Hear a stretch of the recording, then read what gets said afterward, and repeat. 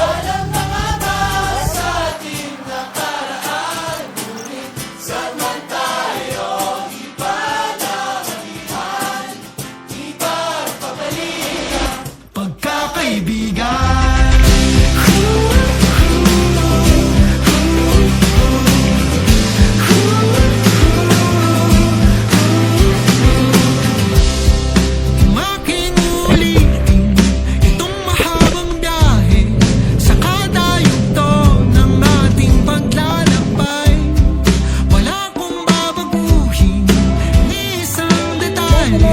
Sa dami ba naman ng sino kong magkasabay sa pagpadya ng kulimlim na tinadhana, di magmamaliwating mga gunita.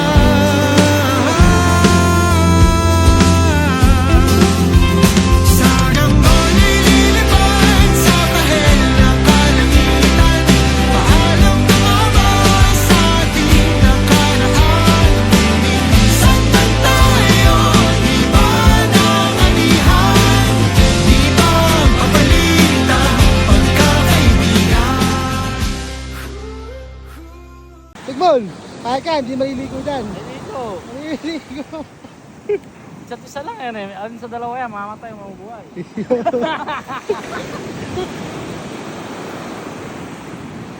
So yun na nga, nag-aayang mag-ride. Medyo maulan pa ng mga time na to. Buti na lang, may plastic tayong baon.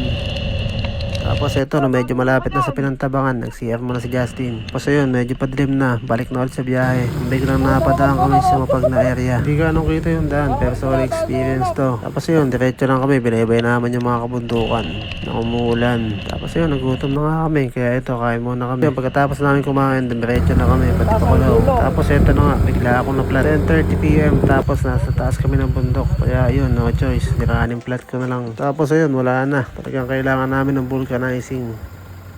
So ayun, habang nag-aantay kami, lumanat muna ng bilya si Jake Paul. Baka sakaling makaharang. Kaya lang kami yung naharang. Tapos ayun, dahil matagal-tagal pa yung aantayin namin, nagpalipas muna kami ng dilim dito sa Ginandyawan. Tapos sabit na din ng duyan para makatulog na din yung iba.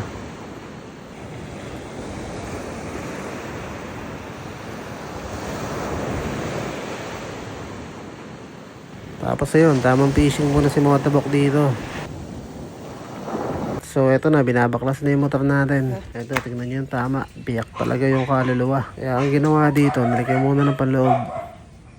Tapos ayun, eto, balik na ulit kami sa biyahe.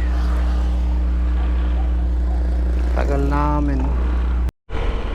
So yun, nakatulik kami ng bundok, pakasiguran. Only banking ka talaga dito. Kaya lang, syempre, konting ingat. Baka maging memory ka na lang. Medyo ang talbog pa naman ng gulong ko. Tingin ko sobra sa hangin. Pagkatapos na mahabang liguan, ito tabing dagat naman. Ayun, sa wakas nakakatik na din kami. Tapos rekta na kami sa palengke para bumili ng maluluto tsaka ibang kailangan namin. Tapos ayun, pag nakita mo itong makulay na daan na to, sigurado, nasa kasiguran ka na. Tapos ayun, lumigo kami sa court. Tapos eto na nga, looban na kami. Dito, mas lalo nang gumaganda yung view. Bali, dalawang motor nga pala kami. Tapos dalawang sasakyan. Tapos ang plano namin, isang overnight lang. Kasi hindi pwede lahat ng mga tagalan. Bali, may babayadan ditong 10 pesos per head para sa eco fee. So ayun, nandito na kami. So sa part na to, medyo hindi pa ayos yung daan. Pero ito yung gusto ko. Kasi pagka ganito, sigurado, reserve pa yung pupuntahan namin. Para iso, di kasiguran. So ayun, tignan nyo naman. Napakalupit. So ulit yung napakahabang biyahe namin. Tsaka yung aberyang nangyari. Pagka ganitong view yung nakita mo, sigurado mawawala yung pagod mo. Mawawala lahat. Syempre, wag lang sa sarili. Mahirap yun. So yun, nandito na kami sa Pacific View Deck. Bakit ba view deck? Sunrise kasi. So ayan, titignan namin kung pwede na kami dito. Pwede na kami dito. Dito na kami. Kaya ka, hindi maliligo dyan. Dito. Maliligo. Isa't isa lang yan eh. Alin sa dalawa yan, mamatay, mabubuhay.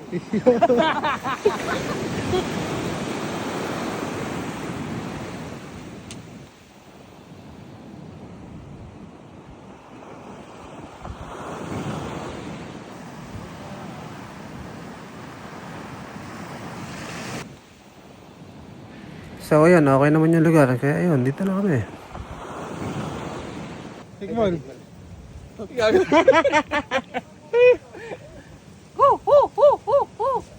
Kaya yun, set up na kami. Medyo nagkabit kami dito ng tent tarp kasi medyo maulan yung panahon, mga dinaanan namin.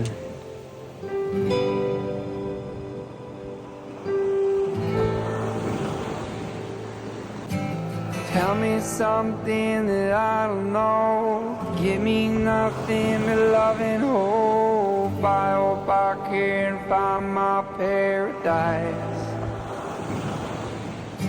And deep down under, and all I've seen beyond the wonder, still I dream. I know I can make that sacrifice. What is hopeless and what is real? I wish I knew how I feel. I hope I can find that love inside. So give me shelter, bring me along. There's a place where we all belong. Still I wonder, where's my paradise? Can I die?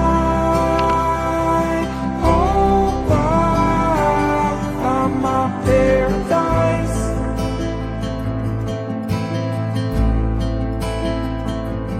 And I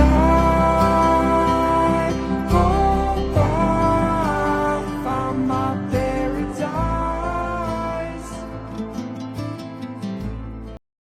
Tapos ayun, kain na.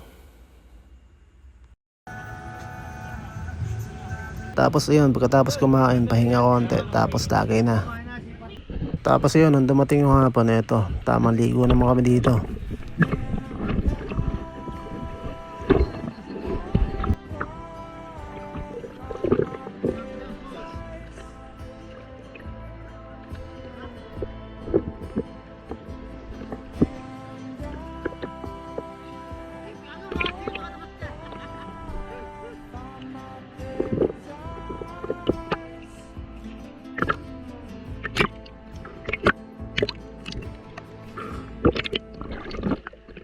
So ayun, di ko na nakakuha na ng video yung mga sumunod na pangyayari. In-enjoy na lang namin hanggang sa makakatulog. So ayun, magandang umaga kasiguran. Tingin ko ako yung unang nagising kasi anong oras na sila natulog. Nag-EFT pa sila ng madaling araw.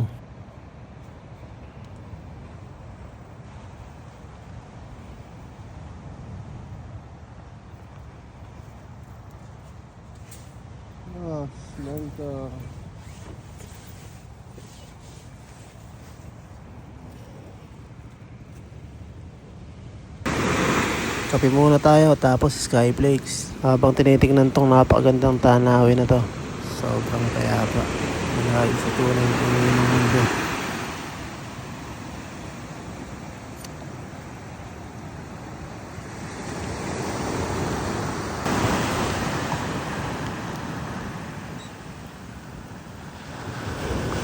Tapos ito, fishing muna tayo. Baka makakuha tayo ng pangtanghalian.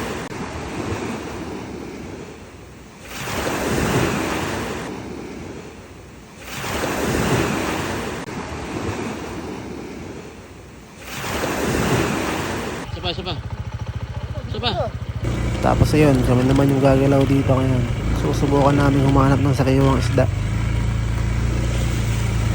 Dito kami dumiretso sa fishing port lang, naibiyahe na to yung mga nahuling isda. Kaya yun, bumalik kami. Meron naman pala dito sa unahan. Lumayo pa nga ni kami. Mukhang sariwa pa lahat ng mga isda. Minsan talaga lumalayo ka pa para mahanap yung gusto mo. Pero hindi mo alam.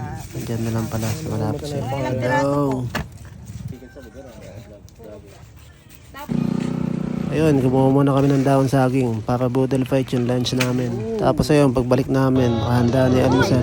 Napakasisipag talaga ng mga kasama namin. Mga tabok! Mga talon! Mga tabok! Kala mo si Mike Peros to, no? Ayun na!